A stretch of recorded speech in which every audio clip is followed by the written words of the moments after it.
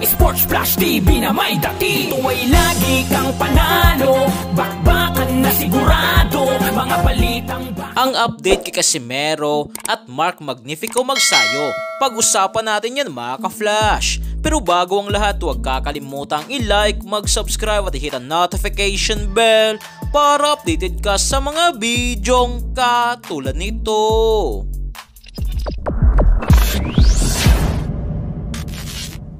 So sa post nga po mga ka-flash ng Viva promotion patungkol kay former WBC World Champion Mark Magnifico Magsayo ay posibleng nga raw pumalit si Magsayo kay Lamont Roach sakaling umatras ito sa laban versus Gervonta Tank Davis sa March 1, 2025. Halimbawa na lang kung magkaroon ng injury si Roach o magkaroon ng problema dahilan para hindi makalaban kontra kay Tank Davis. Sa tingin nyo mga ka-flash, kaya bang talunin ni Magsayo si Tank Davis? Sa ngayon nga po mga ka-flash ay nasa 130 pounds si Magsayo o nasa super featherweight division, habang si Tank Davis ay nasa 130 pounds o lightweight division, na kung papayag dito si Magsayo na labanan si Davis ay kailangan nga po nitong umakyat sa division ni Davis. Sakaling mangyari nga po ito ay talagang ito na ang pinakamalaking laban ni Magsayo, na alam naman nating isang superstar na sa boxing itong si Davis. Kaya suportahan natin mga ka-flash si Magsayo sakaling matuloy ang labang Magsayo versus Davis sa March 1.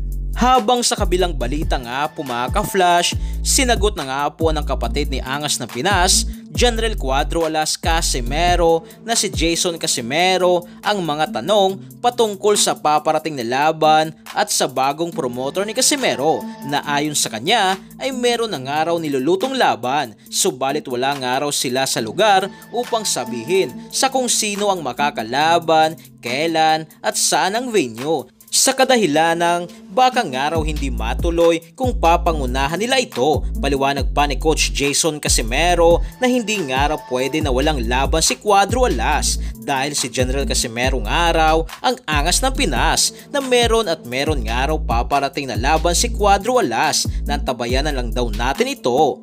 Patungkol naman sa bagong promoter ni Casimero ay wala din nga po ditong binanggit na pangalan si Jason Casimero, na paliwanag niya dito na magandang nga raw kung free agent si General Casimero, pero ang katotohanan nga po dito ay maraming nga raw na promoter ang lumapit sa kanila, at isa na nga po dito si Chavit Singson na tumawag pa sa kanila upang suportahan ang Casimero Brothers, lalo na si former 3 Division World Champion General Cuadro Alas Casimero para sa susunod nitong laban ngayong taong 2025.